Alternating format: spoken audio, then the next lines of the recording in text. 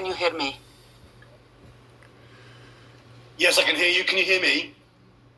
Very well, Kerr. Okay. A question for the panel, but also for Peter Ben-Mbarek. A couple of questions. There appear to be some slight disagreements between the team. Can you help me understand how you will reach a conclusive report, or a report that everybody agrees on? What will the process be, and how much will the Chinese side of the team, if you like, have a say in what the final report says? And then a detailed question, if I may, some confusion about the reporting, referring to 13 sequences that were found, I think, in the 174 cases. Peter, were those 13 different sequences with slight differences, or is it the case that 8 of those sequences were the same and the others show slight genetic variations? Can you help unpick that piece of reporting and explain exactly what you found? Thank you. Dr. Ben-Mbarek, you have the floor.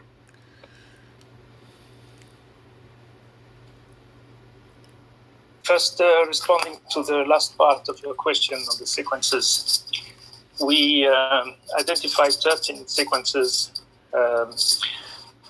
in December 2019. These were mostly from cases, but also from the market environment, as you probably know.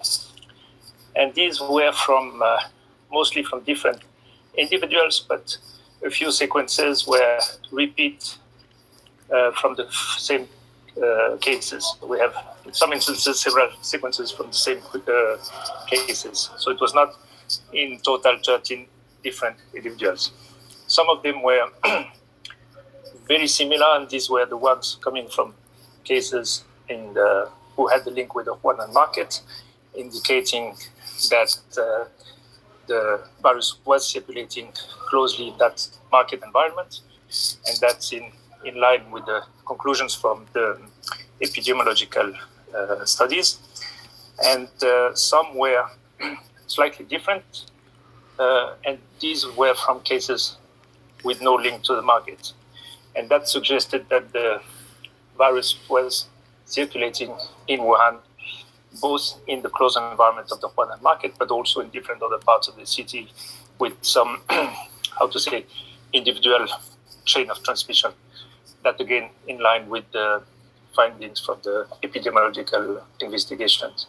And all that gave us the picture of a substantial circulation already in December, in particular second half of December 19 in Wuhan.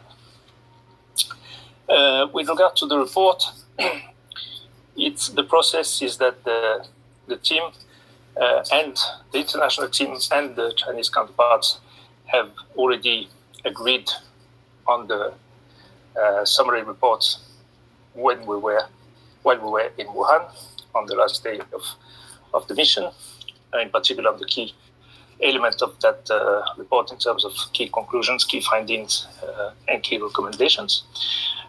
Of course, we will, over the coming days and weeks, finalize the technical parts, the background parts, the methodological parts of these reports, which are just descriptive material, so to speak.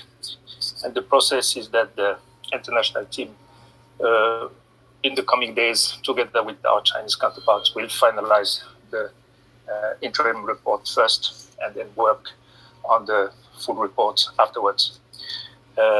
It's a joint report between the two groups. We have worked on this together, and therefore it's not a question of one side having a say on what the other side is concluding, but more having a consensus document on our joint key findings, conclusions, and recommendations, because this is reflecting the nature of the work, as we discussed earlier today.